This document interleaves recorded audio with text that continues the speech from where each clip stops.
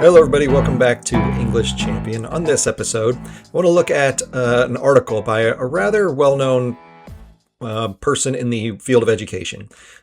She has a lot of traction. She's written a couple of very successful books. I've read two of those books. I haven't read her most recent one that just came out, I think last year or something, but I've read her other two, and she's very well respected in the education space. She's not a teacher. She's never been an English teacher, but she writes about reading and writing, and what she says is spot on, and it's all good. I'll get to the teaching part here in a minute. But this article she wrote that just came out on Thursday, the reason I came across it was because a paragraph from it was copied and pasted into Substack notes. It's kind of like quote tweeting, all right?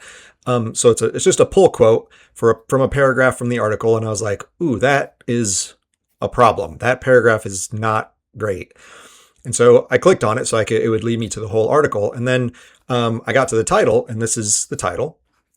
She's big on the cognitive science stuff, which has been around a very long time, but I'm glad people are hearing about it now, finally. But I was like, well, this doesn't sound like what that paragraph is about. So I need to read the whole article to figure out what she's talking about here. And the article is very good. As I say in my title, it's 97% excellent. And a big thing that she talks about constantly and has written about for a long time is that, teachers in classrooms do comprehension wrong. And that's very true. There's a lot of bad teachers out there. And we don't focus enough on the knowledge part, because the more you know, the more you can understand. You can't understand things without knowing some basics first. And so she's big on knowledge. And she also gives a couple examples of where, in talking to teachers from other schools, they spend most of their day doing reading instruction, and they don't really talk about other subject areas. And the subject area she emphasizes here is social studies. And so you essentially teach social studies through reading time. You don't have social studies be its separate field that you spend time during the day. And this really resonated with me because I started my career way back in 2001. And the school I started teaching at, 5th grade, this is what they did. And when I got hired there, they said, well, we do this balanced literacy program and differentiated learning. And I didn't remember hearing about that in my undergrad education courses. And so I was like, all right, what's this? And I immediately knew this was a bad idea. All right. I was a 22-year-old kid with my first classroom. And my principal, when I got hired, was showing me like the checklists and the binder. I think I got rid of it because I was going to hold it up here. I still had for many years this giant binder that said balanced literacy on it. That was kind of like our professional development thing. And I think I just got rid of it recently. But this is what they asked us to do. When we were teaching reading, this is what we did. And so basically in our classrooms, they wanted us, the principals, wanted us to teach math. And the rest of the day basically was reading. And so I even asked, I remember vividly asking, well, when do we do history? When do we do science? And she said, you teach them through reading. It's all reading. I was like, okay. And of course, when it's differentiated, you have your small groups. I had about 30 kids. And so I had, whatever it was, 6 groups of 5 or something. And so one group was like reading on a 2nd grade level. And I had a group that was reading on like an 8th grade level. And so I have to teach history to all of these different students through reading that is leveled at all those different levels. So it's a nightmare to do. And I did it for about 2 weeks, and I immediately was like, oh, this is never going to work. I already knew it wasn't going to work because I knew the science already by age 22.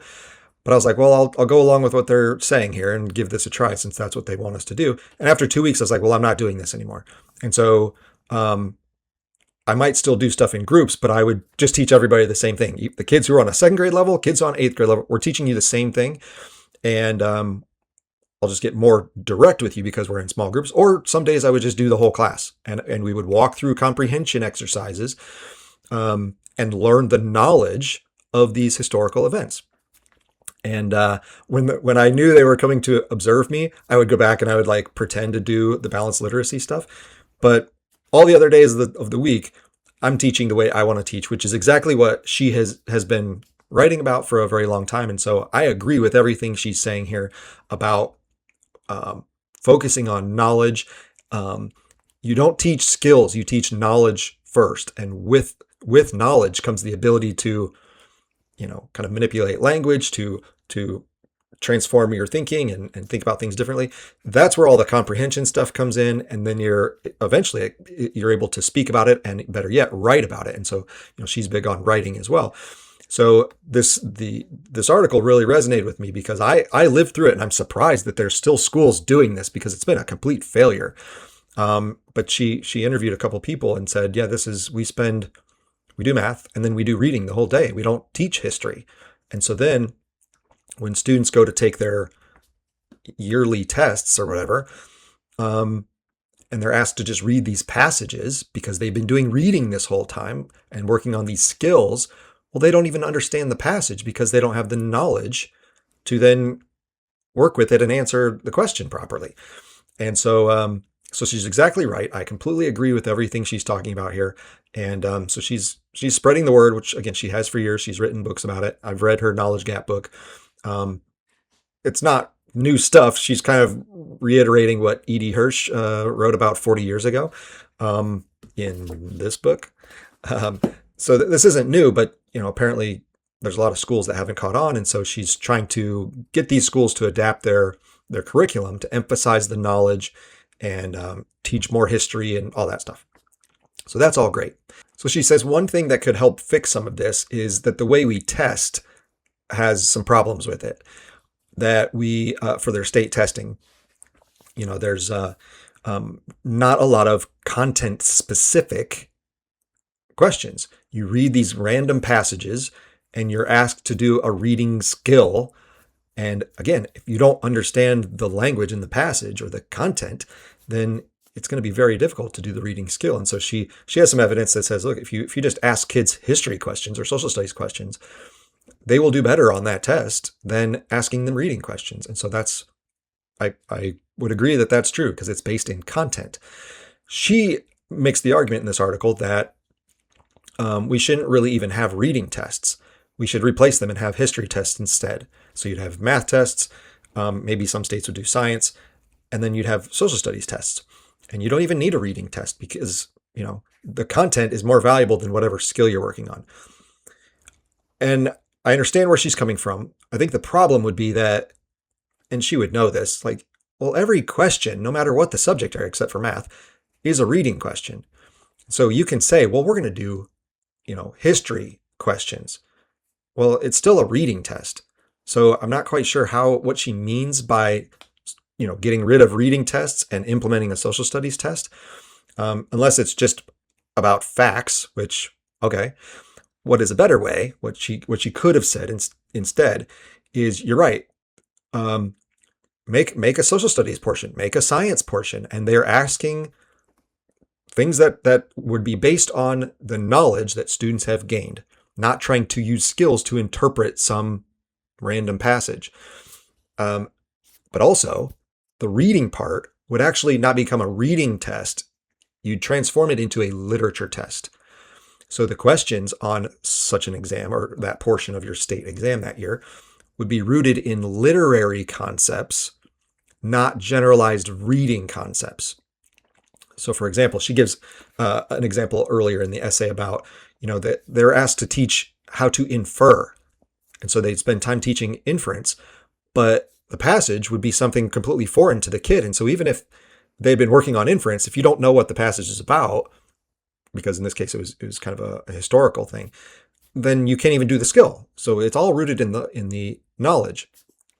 And so the same thing would happen with literature. Instead of teaching a broad literary thing or a broad reading skill, you would teach a literary skill. So for example, you might have a short passage, just like already exists. And, the question would be a little story about a kid who steals a bike from another kid. All right. And maybe the questions at the bottom have to do with, what was the boy's motivation for stealing the bike? Was it A, to get back at the kid who had harmed him? Was it B, to show off to his buddies and prove that he's a big man? Was it C, that he wanted to steal it so he could go sell it and make some money? Like, what was his motivation? Well, that's a literary question, because any good teacher of English and literature, no matter what level, kindergarten through college, should constantly be talking about characters' motivations. That's what we're drawn to. That's part of our natural reading. Once you get beyond decoding, you're focused on characters and what are they doing. So that's a relevant comprehension question, using literature, not just generalized reading. That's a literature question. And you could even make it more, make questions more technical with, forms of metaphor or something like that, where you just identify, which of these, A, B, C, or D, is an example of a metaphor that the author used in the text. And so, kind of a basic comprehension question, like, do you know what a metaphor is, and can you identify it? Very easy. You could go beyond that and say, have questions like, in the passage, the author uses the metaphor, whatever. Why did the author use that metaphor? Is it A, to describe beauty? Is it B, to ridicule someone?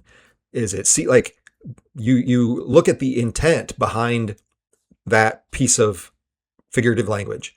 All right. So the reader, the kid, is having to understand the text and understand what metaphor means, and why it was used, and how that adds to the artistry of the piece. Like, these are questions that are very easy to create, but you make it a literature exam.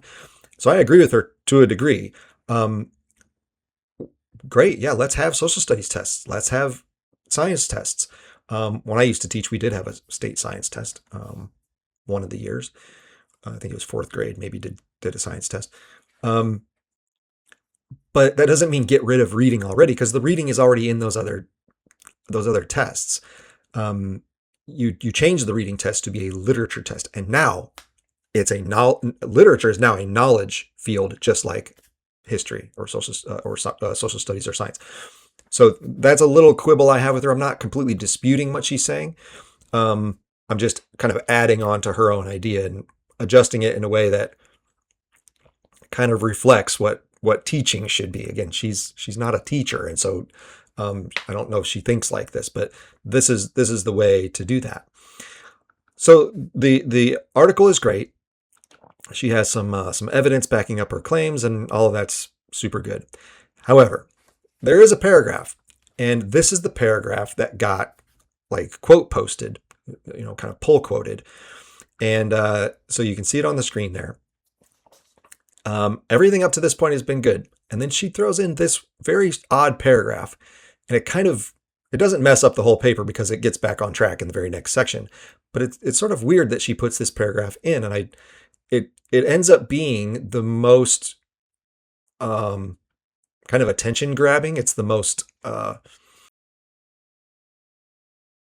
provocative of the whole piece. And so maybe that's why so many people pull quoted it and reposted it. And that's a big problem.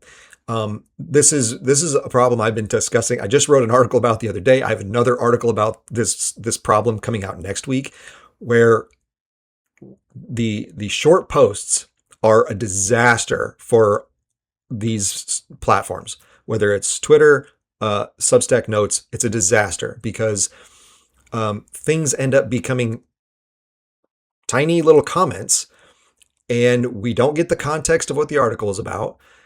And actually, in this case, this is the weakest paragraph of the whole essay, and that's what got pull quoted. And it's like, why did people do that? Did they read the whole article and realize, wait a minute, this is a bit of a weak link? Was it just to get attention? Why was this paragraph passed around more than any other paragraph? And that's the problem, is when we have these platforms and venues within the platform where you just post short things, like on Twitter or like on Substack notes.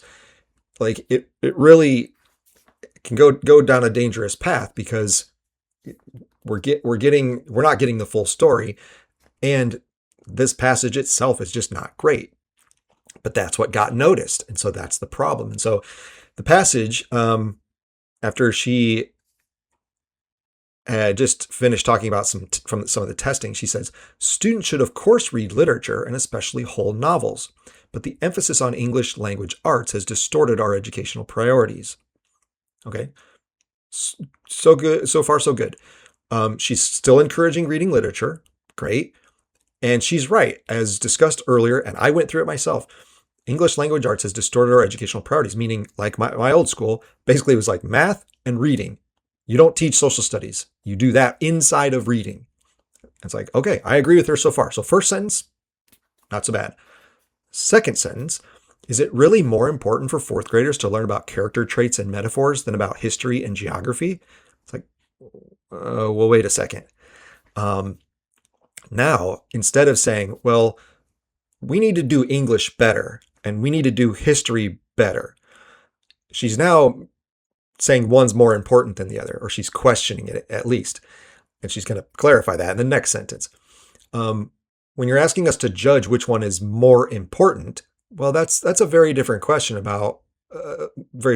than what is working for students' brains and what do we want them to know about and what are we going to assess them on and all that stuff.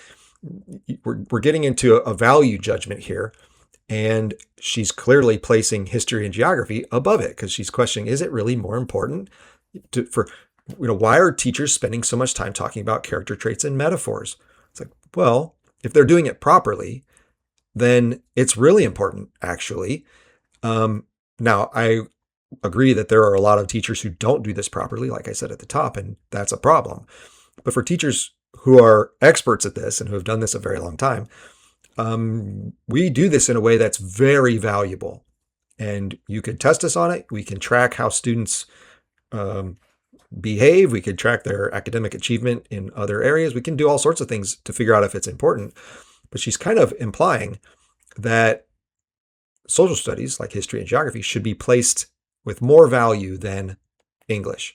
So it's starting to get a little confusing because she just said students should, of course, read literature, especially whole novels. Okay.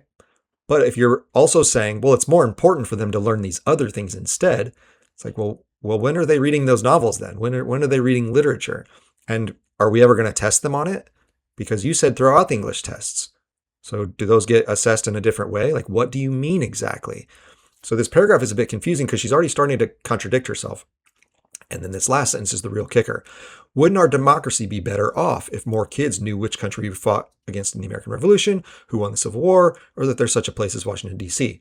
So again, now she's making like a hierarchical value claim that this social studies is more important than this English stuff. It's like, well, I don't fully know about that. A functioning democracy is a lot more than just, do I know a fact about the American Revolution? Like, a functioning democracy is rooted in how do citizens behave? So if you want to teach people to behave better, well, literature is the way you do that. At least it's the way I do it, and it's the way other good teachers should be doing it. Knowing a fact, even if it was about the American Revolution or about the founding or whatever, our Constitution, all these things would be great. I mean, it's helpful to know facts. Would that make our democracy better off? That's no guarantee. I mean, maybe, but our democracy could be better off in a million different ways. Why are you wanting to push English to the side and literature in favor of more history? Because that's what it sounds like you're doing. And if that's not what you're doing, then it's confusing because you said at the top, well, they should read literature. But it's like, well, but if it's not as good for democracy and it's not as important as geography, then why should we be teaching literature? What do you think literature should be about? What I think she is pointing towards here, and I know this because she wrote somewhere else, and I saw other people in the comment sections talking about this, where they kind of want the history instruction, the social studies part of it, to also be doing the English part of it. Like, well, if you want to teach morality and character and even metaphors, well, can't we do that through teaching Abraham Lincoln's speeches or analyzing some other figure from history? Can't we do that? It's like, well, yeah, we could. And in fact, you should. That would be great. But that doesn't mean we get rid of English altogether. That doesn't mean we do that instead of read literature. We should be doing both. And so she's sort of, it seems like she's propping this up as, you know, yeah, literature is important, but it's not as important as history. And we could do English better, which would be the right answer. But we could also just have history do the stuff that English does. So we're like, well, what do you actually believe here? Where does English actually fit in here for you? You said they should read literature, but I don't know how that fits into the rest of your curriculum from a knowledge standpoint and from a testing standpoint, because you said get rid of English tests or reading tests. So then how do we know we're doing a good job with our kids if you're saying it's not that valuable and we don't really test on it? So it's just very confusing. And so these 3 sentences are that 3% that make this article a bit shaky. The rest of it is great. She goes on to, again, combine some of the social studies with the reading stuff and give some evidence of other districts that are doing a pretty good job at implementing these things. And so the rest of it is great. But for some reason, this one, I don't know why she wrote this paragraph, because it really does harm, what her point is. What I want to do here is share with you for a second a passage from a really good book that came out a couple of years ago. I've talked about it. Mark Bauerlein is one of, kind of the best cultural critics and education critics out there. His book, The Dumbest Generation Grows Up, is the sequel to the first book, The Dumbest Generation. And this book really talks about the disaster that occurred in student learning, especially from middle school all the way through college in the 2010s and beyond. So between 2010 and 2020, it was just a wreck. And so they're, in his mind, becoming the dumbest generation because now they're adults and, it's not good. So I'm going to read you just a quick 2 pages here, okay? Because he makes a really great argument regarding this last sentence, all right? When she sort of dismisses English studies by saying, well, isn't this better for our democracy? We don't need to waste our time with these silly, what's this character doing? And what's this figurative language over here? We don't need to care about that. Let's care about the facts of history. Okay, so that's one way of thinking of it. Bauerlein has a different idea. In fact, the chapter before before the pages I'm going to share with you here, he spends a lot of time talking about how important it is that we do both English and history, that we study these great texts from the past. We know about these great events, these great figures. We have to know both because those are the foundations of who we are as a culture. And that's really the answer that he's going to describe here further, that she should be pointing to. She should be saying, look, English people, you people teaching literature, you need to do a better job of incorporating history into your literary instruction. All right. And you history people, it would be great if you also incorporated some literary techniques into your history instruction. You both should be doing your jobs better. Instead of this idea of, well, let's replace reading with this other thing. And, wouldn't it be better if we learned this instead of these English things that aren't really that relevant? Instead of saying that, what she should have said is, everyone needs to do better at this. History and English are both super important. And I'm talking literary English, not reading skills English. All right. And they both should have their due time in class. We shouldn't have, the whole day to be devoted to reading. We should have time for social studies. We should have time for science or health, and math and these other subject areas because they need the knowledge. But a good teacher can teach multiple things at the same time. I'm going to show examples of this next week on Monday and Tuesday, where, especially on Tuesday, but I make references on Monday as well, where for 25 years, I teach history inside of my literature courses. All right. Almost half the time I spend teaching literature, I'm teaching history because I'm trying to build context for students when they read that kind of story. So I have tons of examples. I'm going to talk through all of those Monday and Tuesday. So please come back where you'll see some live examples of that. But this is what good teachers already do. And it sounds like these teachers would like to do that based on her feedback she got. I don't know why they aren't just already doing it. Like I said, I did it. I was a 22-year-old kid who was brand new at this. And yet I had the guts to rebel against my principal and go, well, I'm not going to do that. I'm secretly going to teach the real way. And I'm going to pretend to go along with what you're doing, but I don't believe in any of this. So I'm going to teach my way. And it worked out better. My students did better than the rest of the school because I knew what worked. I could tell this silly reading skills stuff doesn't work, just like Natalie Wexler agrees with here. So we're on the same page.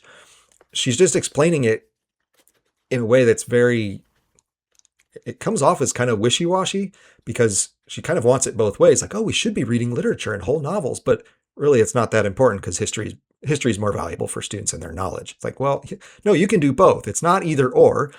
It's not replace one in favor of another. It's not, this would help our democracy more than that. No, they both help it. English teachers need to also be including history in their literature lessons, and history teachers also need to be including literary techniques in their history lessons. That's the real answer. If she would just say that, everyone reading this article would go, nailed it. You're exactly right. It wouldn't be 97% great article. It'd be 100% because everyone would go, yep, that is what we should be doing. That would increase knowledge in our students, and it would help both fields, history and literature. So back to Bauerlein really quickly. So in this chapter, it's called The Psychological Novel. And it's not because it's that type of novel. It's because for him and anyone who does this for a living, every novel is about psychology. It teaches you how to exist. This is the way of being. And we learn about people's behaviors. And so at the beginning of this chapter, this is to the democracy idea that she brings up, where she kind of dismisses English and says, well, wouldn't learning facts about history be more important? I think Bauerlein would disagree with her. So he starts this chapter by having a conversation with a buddy of his who's also an English professor. He teaches English from more of a rhetoric side as opposed to the literary side, but they're discussing English. And this is in the wake of a lot of the kind of post-Trump stuff, for his first election, some of the race stuff that had been going on, some of the free speech problems on college campuses and all that stuff. And so he starts the chapter by asking, why are the kids, the students, so upset all the time? And his buddy has a very simple answer. He says, they don't read enough literature. So that's where it starts. And so Bauerlein walks us through, like, what did that guy mean when he said that? And what does reading more literature have to do with having these reactions to our democracy, whether it's free speech issues, whether it's violence issues, whether it's election issues? This is all democracy stuff. And this guy's answer was, yeah, novels, read more literature. That will help these kids. But the whole book up to this point is like, yeah, the kids don't read anything. They have more free time than any generation who's ever lived. They have more hours in the day where they're not actually doing anything. And yet they never read. They read less than any other generation. So the lack of reading has an influence on how our democracy is functioning. Natalie Wexler here seems to think, well, more history would be better. These gentlemen say, no, more literature would be better. So let me read a little bit further into this conversation. So here's what Bauerlein says. Now, this conversation over the phone one afternoon a few years back wasn't just a couple of old-fashioned, soft and fuzzy English teachers getting carried away with their literary loves. We have hard evidence for the psychological value of literature. Recent findings in neuroscientific studies prove it. In her 2018 study, Reader Come Home, The Reading Brain in a Digital World, that he referenced earlier in the book, neuroscientist Marianne Wolf compiled some remarkable research into what happens in the brain when a person reads a novel or short story. So just a quick thing here. Again, Natalie Wexler's big on cognition. She's all about the science. And yet she sort of just dismisses metaphors when our brains adapt to metaphors immediately. We as kids, just learning the language, understand metaphor without it having to be explained to us. It's quite an amazing thing. And in fact, if you read the most famous book of this is Lakoff and Johnson's Metaphors We Live By. Like, if she knows cognition, she wouldn't dismiss metaphors so quickly. Like, it's really, really important for us to talk to kids about metaphors. because they do it naturally, but they need to understand how it shows up in different ways in literature. I have two of Marianne Wolf's books. I've read this book, Reader Come Home, but I don't own it. I have two of her other ones, her famous Proust and the Squid, The Story and Science of the Reading Brain, as well as Tales of Literacy for the 21st Century. So I'm very aware of Marianne Wolf, and I hope Natalie Wexler is as well. In one study titled Your Brain on Jane Austen, Wolf reports, researchers found that when we read a piece of fiction closely, we activate regions of the brain that are aligned to what the characters are both feeling and doing. Another one found that the somatosensory cortex, the portion of the brain that registers touch, lights up when someone reads a metaphor of texture, while motor neurons are activated when we read about movement. The act of imagination while reading, it turns out, entails a lot more than pleasure. We have a fuller cognitive reaction. Another study goes so far as to conclude that, in Wolf's paraphrase, when we read fiction, the brain actively simulates the consciousness of another person. Again, this is more than sympathy for or identification with characters. It's an imaginative reconstruction of the character's experience. As Wolf explains in reference to Anna Karenina's suicide, as you read that passage in Tolstoy's novel, you leaped too. In all likelihood, the same neurons you deploy when you move your legs and trunk were also activated when you read that Anna jumped before the train. So again, if Natalie Wexler is big on the science, well, the science is this is how your brain works. I have an entire bookshelf about cognitive science and literature, but what's going on in your brain when you're reading stories. So again, she should know all this. So to dismiss literature and go, well, history, knowing the facts of history is actually more important. It's better for our democracy. Like you can't believe in the power of cognition and reading and just dismiss literature that quickly. You see the cognitive benefit. The exercise of reading broadens and deepens your mind, whether you intend it or not. You have to go into Frank Chambers' callous and lustful head when in the Postman Always Rings Twice, he kisses Cora for the first time. You can't understand what's going on without doing so. You may not like it there, just as you don't want to love Big Brother as Winston Smith does at the end, or sit by as Prince Andre returned home, loses the will to live, but there you are, stuck in another circumstance, another consciousness. 10 years of this, and you've roamed through variants of love and hate, tried out courage and cowardice, helped some and betrayed others. You realize that the dictionary meaning of betrayal is one thing, a dozen words long, while the contemplation and execution of a specific betrayal by a particular individual character is something else. A simmering mix of impulses and duplicities and plottings, more complicated and less scrutable and, most importantly, more genuine and real. You read the dictionary meaning of betrayal and understand it. You read a case of betrayal in a novel that renders acts and thoughts and feelings of betrayer and betrayed, and you don't just understand betrayal, you experience it. The experience is imaginative, yes, not actual, but the process deepens and enriches the meaning, the context, motives, and consequences of the act. What should you think of a betrayer who feels wronged and justified, or who believes himself betrayed before ever deliberating revenge?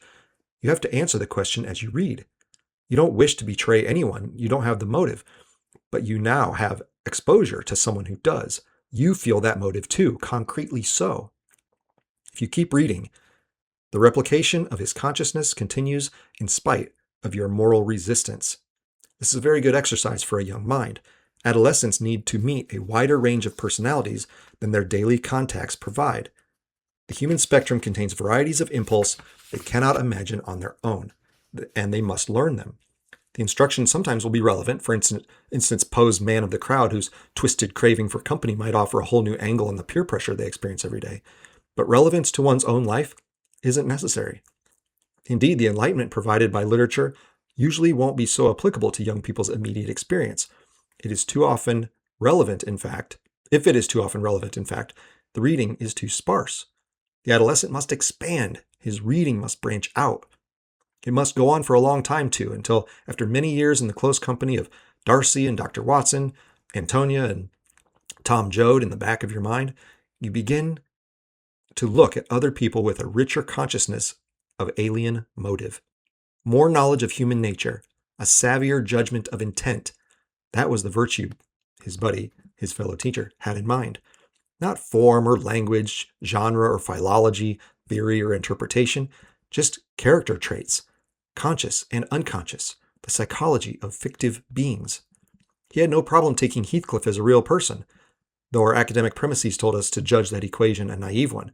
He didn't feel the need to apologize, and I knew what he meant. Just a great passage that really summarizes that when we're reading literature, and we're talking about, and she kind of dismisses character traits. It's like, no, the character traits are the most important thing we should be studying.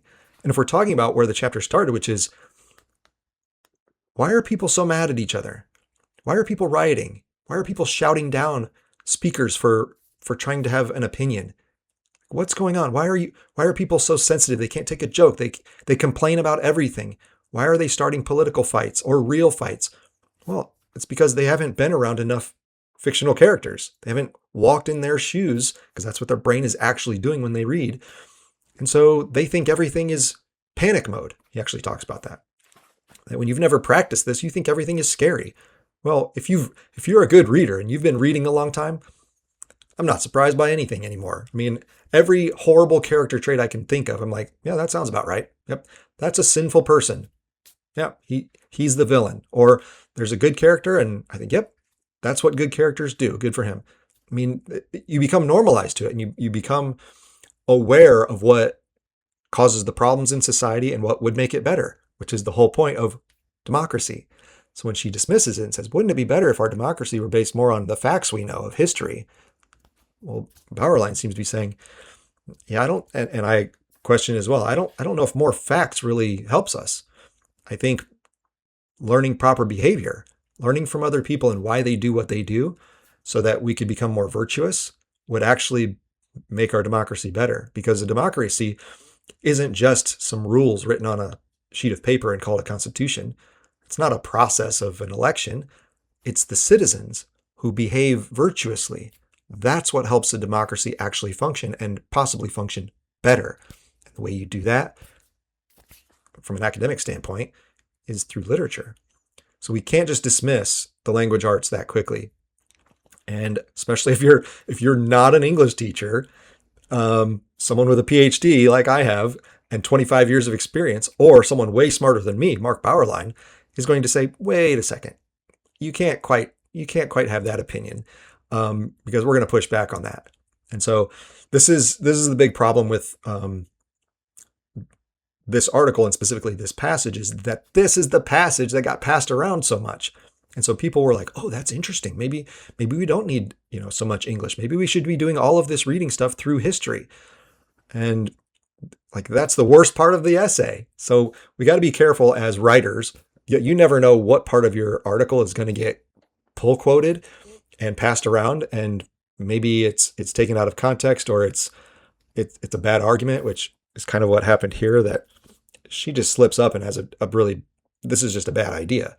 And it's contradictory. Like, you can't say it's really important in one sentence and the very next sentence say, well, it's not that important. It's just confusing. And so as a writer, we have to be aware of that and make sure we write articles. Then just be aware that, when we attempt to be provocative or challenging some way of thinking, that people might either misinterpret it and you were right all along, or they're going to challenge that you have some flaws here. But we as readers need to be more careful too, that we can't just go around pull quoting things that sound good without actually looking at them and going, wait a second, does this actually make sense? Wait, isn't she contradicting herself in her own paragraph? Is she really saying that these things don't matter? I think literature is actually kind of valuable. So maybe I should push back on that a little bit and not just immediately pull quote something and not just immediately put a heart by it and go, you're spot on. This is exactly right. Like, we need to read things more carefully. Because, so much of online writing is like, everyone's just glowing reviews of everything. Like, this article is so great. It's like, well, it is a great article, except for this one passage. This is a bad passage. And, she's a smart lady. She should have known better when she wrote this. So, if you're listening out there, Natalie, just edit this paragraph, rewrite it, say, English has taken up too much time in our classes. We need to balance it with the other content fields so that students gain more knowledge. But while we're doing that, you English teachers, you need to be teaching some history as well. And you history teachers need to be incorporating some some literary techniques, and then everyone will become smarter and the students will get more repetition and it will be great for everybody. So make a quick little amendment in your article and then it'll be great. So again, I like her stuff. Like I said, I've read a couple of her books, and this article is really great if you want to go check it out. You can just kind of zip past this paragraph because this is a bit of a stain on the rest of the essay. All right, like I said, I'm going to have two articles, or two videos actually, where I'm discussing how I bring history into my literature discussions. All right, because as I said, whenever I teach literature, I do it, history is always a key component of it, as well as other fields, which I'll demonstrate for you in those videos. So especially the video on Tuesday, but even the one on Monday, I make historical references. So you might want to check those out if you're interested. But I appreciate listening. Check out my stuff on Substack.